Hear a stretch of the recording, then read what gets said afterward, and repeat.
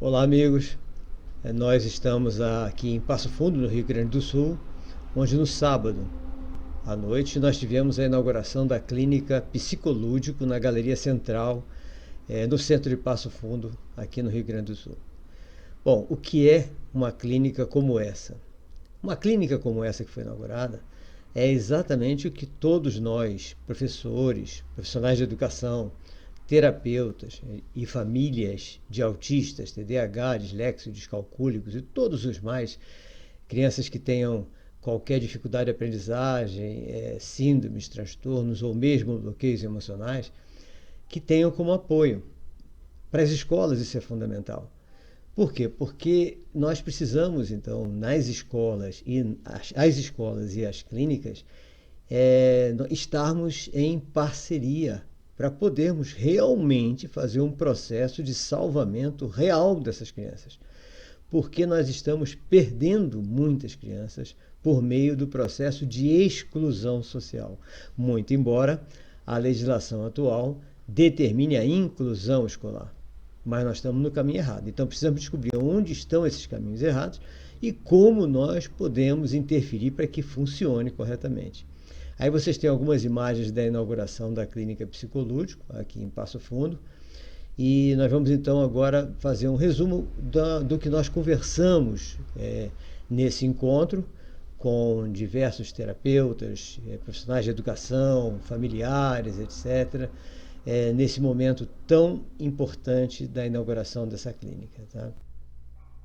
E o mais interessante é que todos os alimentos servidos no coffee break da inauguração da clínica, inclusive o coquetel de abertura, foram feitos pelas receitas de Cláudia Marcelino no seu livro Autismo, Esperança pela Nutrição, que são receitas maravilhosas, com a textura que o autista gosta, com todo o sabor que ele gosta e sem nenhum dos nutrientes que fazem mal e que provocam a sua inflamação cerebral. Bom, em primeiro lugar, nós precisamos saber que nós temos diversas comorbidades que estão hoje cada vez aumentando mais o seu número. Nós estamos falando muito do autismo, mas não é só o autismo. Nós temos o TDAH, nós temos outras síndromes, transtornos, comorbidades diversas e que todas essas crianças precisam se desenvolver no sentido de serem autônomos. O mais importante de tudo isso, que às vezes nós encontramos dificuldades e resistências, por parte até das famílias, é a identificação dessas dificuldades como comorbidades e quando então as pessoas se convencem de que precisam de ajuda, muitas vezes já deixaram aumentar as inflamações, por exemplo, as inflamações cerebrais, que são uma das maiores causas de todos os sintomas que nós estamos observando hoje em dia.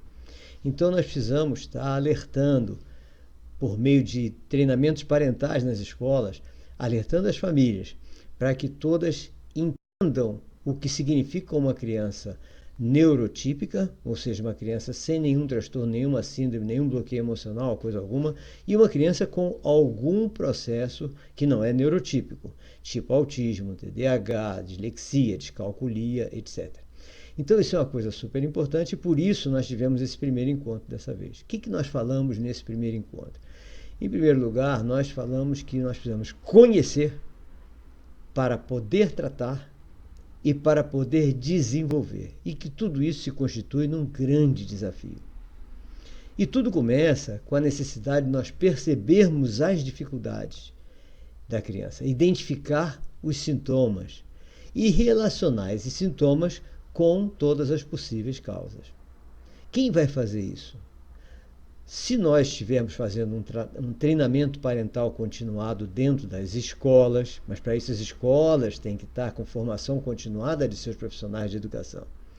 Então nós poderemos, dentro das escolas, fazer treinamentos parentais que mostrem, desde cedo, quais são as características que precisam ser observadas nas crianças para procurar ajuda.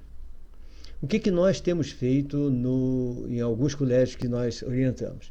Nós temos feito um treinamento e uma orientação dos adolescentes baseado naquele meu livro Afetividade na Educação, Psicopedagogia. Então, aquele meu livro tem uma parte imensa que fala sobre fase por fase da criança, quais são as necessidades reais da criança, o que nós devemos fazer e o que nós não devemos fazer em cada uma daquelas fases, para que a criança esteja realmente sendo satisfeita nas suas necessidades reais e não esteja sendo satisfeita nas suas não necessidades. Porque quando a gente satisfaz a criança naquilo que não é a sua necessidade, nós estamos criando uma criança sem tolerância, sem limites, e que vai dar problema seríssimo, inclusive trazendo sintomas tipo transtorno opositivo desafiador, aqueles transtornos de conduta, etc., por causa da educação equivocada. Então, baseado nesse meu livro Afetividade na Educação, nós temos treinado quem? Os adolescentes do ensino médio antes deles constituírem as suas famílias. E essas famílias, naturalmente, já vão conseguir educar seus filhos de uma maneira muito menos traumática, sem provocação de neuroses, sem coisa alguma, não há dúvida, né? Então, o primeiro passo que nós temos que fazer é isso, treinar os pais, fazer o treinamento parental para que os pais entendam. E, além de treinar os pais, treinar os adolescentes que serão pais. Então, esse ponto eu acho fundamental de nós juntarmos as duas coisas, para nós termos, então, uma identificação preliminar e também a prevenção contra uma série de transtornos que muitos deles iniciam com bloqueios emocionais e educação equivocada. E muitas vezes as pessoas não percebem que aquele transtorno, aquela síndrome, é apenas um resultado de uma educação equivocada, né, e de um desequilíbrio emocional que poderia ter sido evitado.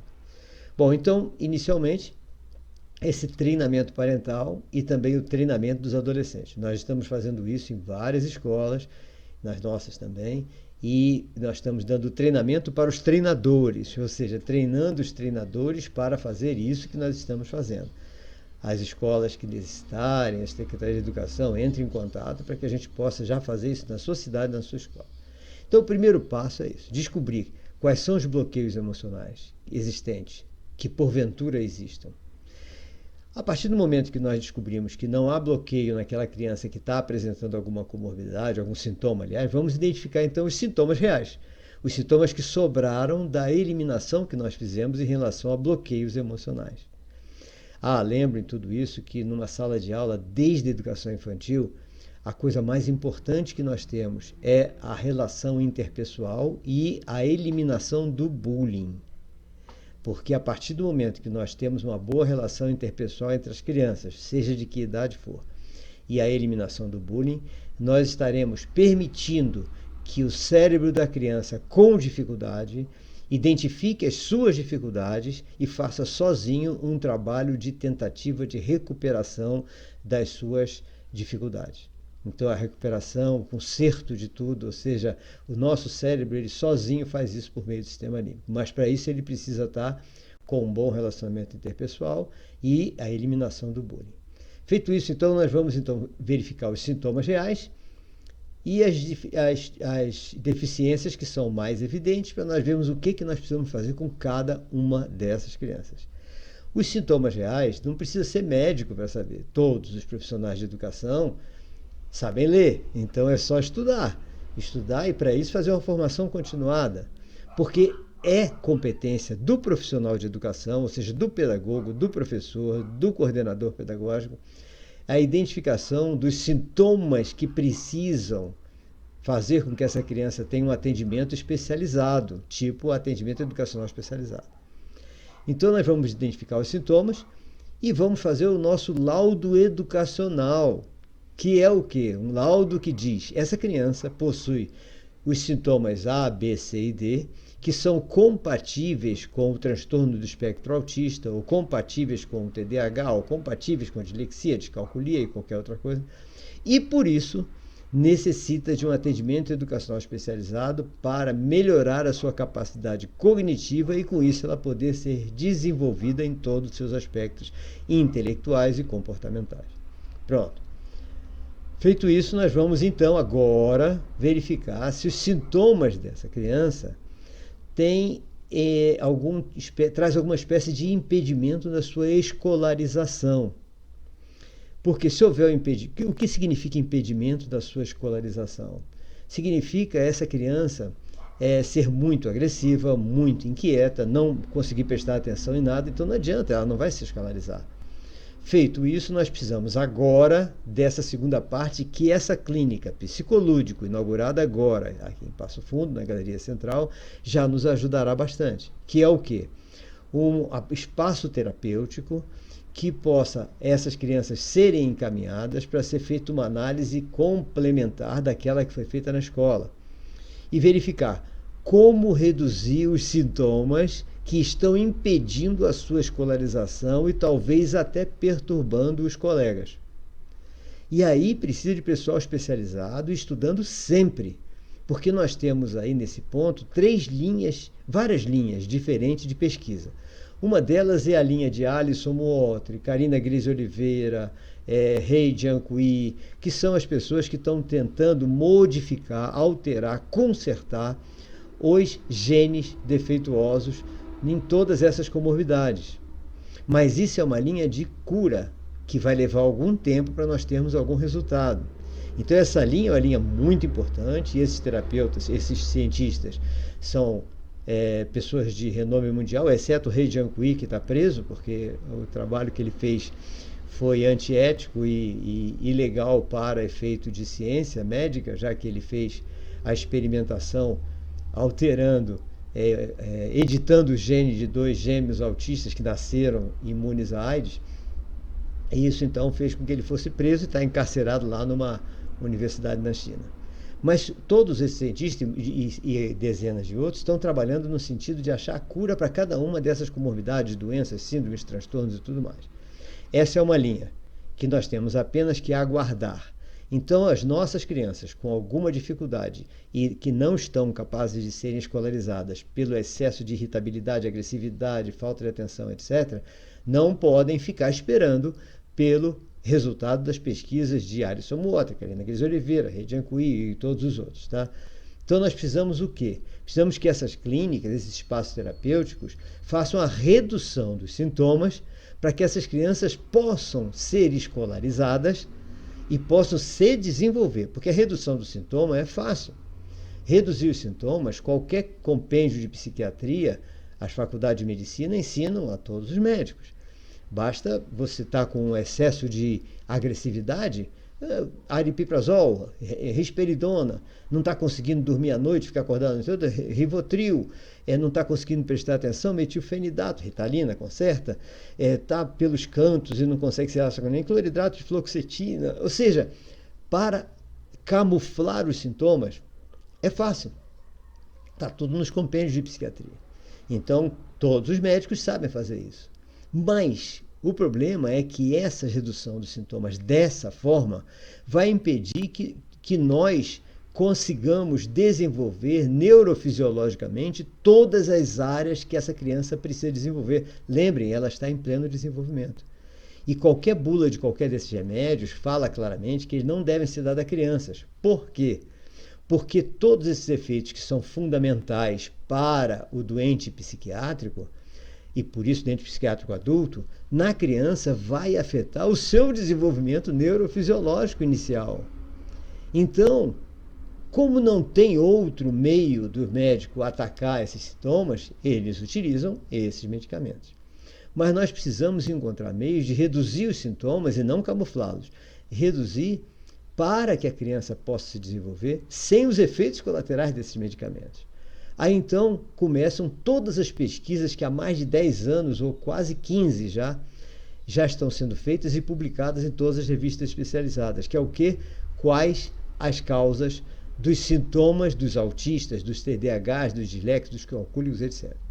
E essas causas já começaram a ser identificadas há muitos anos. O doutor Aderbal Sabra, do Rio de Janeiro, da SES Gran Rio, já há muitos anos, já tem no seu livro Manual de Alergia Alimentar, todo um estudo sobre as causas de todas essas sintomas dos autistas, tirando naturalmente a causa principal, que é o gene com defeito. Então, para que a criança fique escolarizável, desenvolvível e possa se tornar autônoma, nós precisamos, então, trabalhar a redução daquilo que foi identificado como causa máxima, intermediária. A causa principal é o gene, não descarto isso. Mas a intermediária, que é a inflamação cerebral. Hoje até a inflamação cerebral está sendo identificada, inclusive no mal de Alzheimer, mas é pesquisa recente, tem menos de 4 ou 5 semanas isso, então nós não estamos nem conscientes, cientes exatamente do resultado dessas pesquisas, tá? Que está sendo feito pesquisas por pares também para identificação, confirmação ou contestação dos seus resultados. Parece que o mal de Alzheimer também, assim como o autismo, ele é provocado, ou seja, os sintomas aumentam muito ou diminuem em relação à inflamação dos neurônios, na realidade dos astrócitos, que são sempre nos neurônios, né? Bom, mas isso é a parte da pesquisa científica. O que nós precisamos então é reduzir os sintomas. Então, nós precisamos de uma clínica cujos profissionais, médicos, fonoaudiólogos, terapeutas ocupacionais, psicopedagogos, todos os terapeutas estejam trabalhando de uma forma transdisciplinar, trans mesmo, um se integrando com o outro constantemente, para poder salvar essas crianças desses sintomas prejudiciais ao seu pleno desenvolvimento. Então, o que foi descoberto com isso e que essas clínicas estão se desenvolvendo e treinando e estudando constantemente com base nas pesquisas científicas que são publicadas todos os dias? Quais as causas intermediárias desses sintomas para nós eliminarmos todas elas? Qual é a causa principal? O gene defeituoso, que nós não podemos nem pensar nisso agora, ele vai provocar uma série de coisas na formação do organismo. Vamos falar do autista, mas todos eles têm os mesmos problemas, né? Que é a flora intestinal, ou seja, a microbiota intestinal fica inferior ou menos famílias de bactérias do que as necessárias, e existe uma permeabilidade nas paredes do intestino. Bom, permeabilidade na parede do intestino faz com que passe para a corrente sanguínea todas as proteínas que não deveriam ir, que vão direto prejudicar o cérebro, causando inflamações cerebrais. A microbiota intestinal, com menos famílias do que são necessárias, não tritura essas proteínas corretamente, sobram alimentos, criam um ambiente propício à criação de parasitas, vermes, todo tipo de protozoários, etc., que começam a dar problemas gastrointestinais seríssimos no autista. Então, nós precisamos atacar o quê? Primeiro, eliminação dos parasitas que vieram por causa de uma microbiota intestinal deficitária, né? Então, eliminação dos parasitas é importante, mas nós temos que não provocar mais o ambiente propício aos parasitas. Para isso, nós temos que fazer o quê? Fazer com que não sobre alimentos deteriorando no trato intestinal. Para não sobrar esses alimentos, o que a gente tem que fazer? Quais são os alimentos que não estão sendo triturados corretamente e que são muito prejudiciais ao organismo? Nas pesquisas científicas que têm sido feitas, já tem quase 16 mil comprovações de que o principal de todos eles é o glúten. O glúten, para o autismo, ele aumenta a permeabilidade intestinal e ele permite a passagem das proteínas da soja, do leite, a caseína principalmente, e do próprio glúten para a corrente sanguínea. E o que isso ocorre? Provoca inflamação cerebral. E essa inflamação cerebral, a criança fica incomodada, e esse incômodo, essa é uma das coisas, faz com que ele fique correndo para um lado para o outro, gritando, dando gritinhos, agressivo, etc. Além do mais, essa inflamação cerebral prejudica a formação correta neurofisiológica de todas as outras redes neurais. Por isso que a criança acaba desenvolvendo a fala muito tarde, às vezes fica sem fala durante muito tempo, porque não conseguiram desenvolver. A inflamação cerebral não permitiu o desenvolvimento correto das redes neurais da área de Broca. A criança fica com deficiências em diversas áreas da inteligência, da atenção, etc., porque não conseguiu desenvolver direito por causa da inflamação cerebral. Então, o primeiro elemento que nós temos que atacar de cara é eliminar a inflamação cerebral dessas crianças. E essas clínicas precisam estar sendo preparadas, os seus profissionais precisam estar em formação continuada para saberem quais são as últimas pesquisas que mostram como reduzir a inflamação cerebral, antes que os cientistas que estão tentando a cura do autismo consigam chegar aos seus resultados. Quando eles chegarem aos resultados, acabou o nosso problema. Mas, por enquanto, nós temos um trabalho árduo de reduzir todos os sintomas por meio da eliminação das causas secundárias, tá? Intermediárias, digamos assim. Precisamos, então, de clínicas, não clínicas simplesmente comerciais. Lógico que a clínica acaba sendo comercial, mas clínicas em que haja uma preocupação permanente na atualização constante de todos os seus terapeutas. Porque a cada dia nós temos 2, 3 pesquisas novas sendo publicadas nas revistas internacionais e que podem, inclusive, mudar toda a forma de nós vermos essas crianças. Então, tudo isso foi verificado nós conversamos nessa inauguração da clínica ontem, e mostrando, precisamos que todos estejamos conscientes de que o autismo, TDAH, dislexia, descalculia, todas as outras dificuldades de aprendizagem, comorbidades, etc., inclusive dificuldades de aprendizagem, bloqueios emocionais, precisam de um acompanhamento correto, precisam de um espaço terapêutico que complemente a escola, é óbvio, e que esteja em constante diálogo com a escola. Então, nós não podemos mais ter escola isolada, espaço terapêutico isolado. Não, tem que haver uma ligação dos terapeutas com a escola, porque é na escola que nós experimentamos os resultados das terapias executadas nos espaços terapêuticos. E há anos a gente percebe lá no nosso colégio, no IUP, em Salvador, e em todos os colégios que nós orientamos.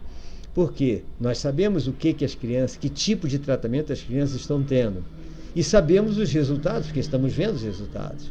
Em sala de aula, no intervalo, no relacionamento interpessoal, na agressividade, na redução dela. Por exemplo, nós sabemos que uma criança que está num processo dietético perfeito, eliminou os parasitas, tem feito a eliminação dos parasitas constante, processo dietético perfeito, reduziu a agressividade, diminuiu a inquietação, começa a prestar atenção, desenvolve a fala com mais facilidade e tudo. Aí, de repente, sexta-feira vai para casa. Quando chega na segunda-feira, nós levamos um susto, porque a criança, de repente, se fechou num canto, ou começou a bater no colega, tudo aquilo que já não faz há meses, né, que já está desenvolvendo bem, não quer prestar atenção em sala, aí nós vamos ver. Essa criança passou o fim de semana na casa da avó. Por que eu estou falando na casa da avó?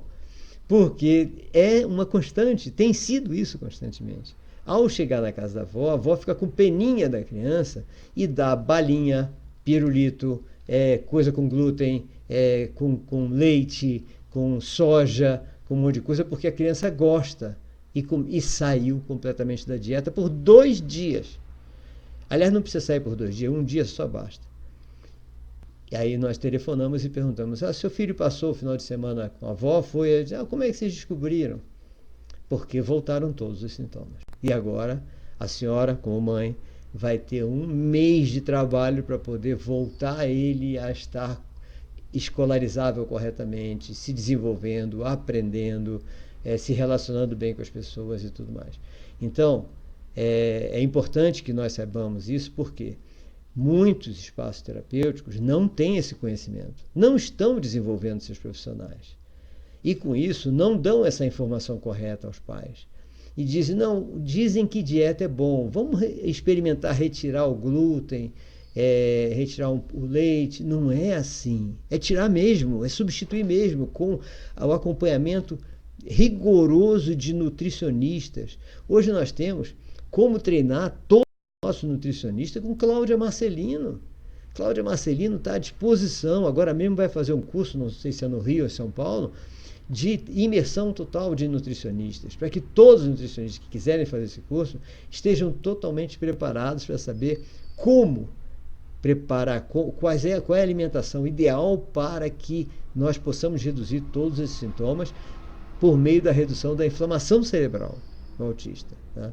Então, hoje eu queria conversar sobre o resumo da primeira parte dessa conversa que nós tivemos no espaço psicolúdico aqui em Passo Fundo, no Rio Grande do Sul, e me coloco à disposição para nós tirarmos dúvidas, conversarmos sobre todos esses aspectos. Eu quero lembrar, inclusive, que na quarta-feira dessa semana, hoje é segunda, quarta-feira dessa semana, e na quinta-feira pela manhã, quarta-feira o dia inteiro e quinta-feira pela manhã, eu estarei atendendo no espaço psicológico, à disposição, pais de crianças autistas com algum transtorno, etc., para nós conversarmos sobre o assunto, e também profissionais de educação que queiram tirar dúvidas sobre a metodologia, e também profissionais terapeutas que queiram conversar sobre esse assunto, saber onde encontrar as pesquisas científicas, etc. E na sexta-feira, dia 14, nós teremos no espaço psicológico, sexta-feira, dia 14 à noite e sábado o dia inteiro, nós teremos um curso sobre a coisa mais importante que existe para os profissionais de educação, a metodologia educacional inclusiva. Então, inscrevam-se no espaço psicológico para esse curso de metodologias educacionais inclusivas, que é o que transforma a escola numa escola verdadeiramente inclusiva e, melhor ainda, em que o professor, sem nenhum estresse, consegue, ou seja, a gente diz que eliminamos o professor Rivotril, sem nenhum estresse, consegue garantir a aprendizagem de cada um dos seus alunos, dentro do nível de cada um deles, ou seja, a partir do ponto de entendimento de cada um. Sem estresse. Pode ter 30 alunos em sala, ele não vai ter estresse e vai conseguir fazer tudo isso. Essas são as metodologias educacionais inclusivas que nós levamos anos para conseguir desenvolver. E estamos divulgando pelo Brasil inteiro. Então, amigos, estamos à disposição de todos vocês. Inscreva-se no nosso canal, ative o sininho, compartilhe com seus amigos e entre em contato conosco a qualquer momento. Estamos aí à disposição de todos vocês. Forte abraço.